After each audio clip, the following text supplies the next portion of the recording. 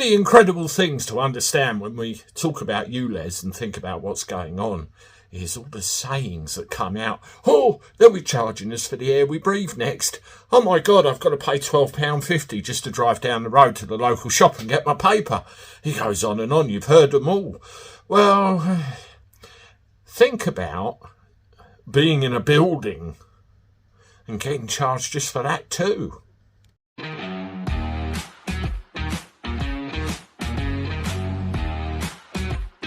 Everybody, welcome back to the channel. Hope you're well. Let me know in the comments. 50,000 subscribers. Thank you very much for all your support. I'm so pleased. Really appreciate it. And keep it coming. Continue to do what you do. Engage with the channel. Help us spread the word. Well, let's have a look at this one, shall we? We know that from August 29th, ULEZ everywhere in London. I had a conversation with a guy last night, actually, to do with ULEZ. He wanted a price for Heathrow, and I said it's this at the moment, but because of Sadiqs, it's going to increase. He went, what a fucking cash grab. It's a rip-off. Shouldn't be allowed to happen. Quote, unquote. I left an F word till after 30 seconds, so hopefully I'll get away with it, but that reaction's everywhere. Anyway, I was sent a thing with an article on it entitled, How Would a ULEZ for Buildings Work? ULEZ for buildings.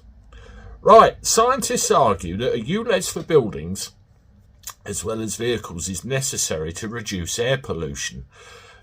Hugh Franklin examines how such a scheme would work in practice.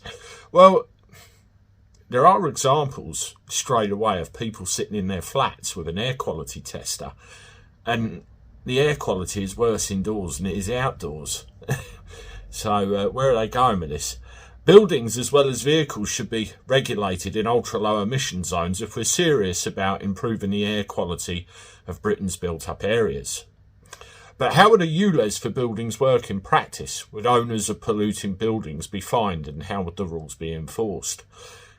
I've brought you news quite a lot of times about them enforcing things like heat pumps and other types of insulation and stuff on buildings, certainly going into new builds as well. How would buildings be assessed? The foundations for a building ULEZ are already in place. Primary energy calculations used in the likes of the standard assessment procedure, the government's chosen method for measuring energy performance certificates and CO2 emissions for new, converted or extended residential dwellings, could be used as a measure. Then there is a simple building energy model used to calculate energy and carbon dioxide emissions in commercial buildings. Such data could be the bedrock of a ULEZ for buildings. Rather than just measuring or recording the emissions of buildings, a ULEZ SAP could be used to encourage improving building performance. I can hear the argument straight away, can you? Oh, don't we pay our council tax? This will all be done based on, well, emissions, the same as cars. You can see that coming a mile off, and you'll have to pay a monthly or annual, well, let's call it tax, just to have a building. We could look at a system such as passive house, where both the primary energy demand, the energy required from the source to generate electricity, such as coal, solar, gas and so on, and the annual heating and cooling demand have maximum values to be certified. That doesn't mean that every building should be built to passive house levels, but it shows that benchmarks can be set and stuck to. We could have a ULEZ benchmark under which the primary energy demand must be better than the London Energy Transformation Initiative 2030, there's that name, building standards. Written and suggested by an independent group of industry professionals and designed to offer a route forward towards a net zero city. At the end of the day, you will never achieve full net zero. See that? CO2. Wouldn't a building's ULEZ run the risk of shifting the problem elsewhere? Not necessarily. If a building requires power inside a ULEZ zone, then the power used must also be produced via low emissions routes. Regulations would need to be heavily penalise or even ban the use of any energy system which are from non-renewable sources. How would reducing building emissions compare to reducing transport emissions? Very favourably. Buildings, both in operation and in construction, are some of the largest pollution contributors, responsible for 39% of global energy-related carbon emissions. Penalty charge notices for ULEZ stand at £180. What could you fine for buildings, and how much? This is one for the politicians. That's a good cop-out, isn't it?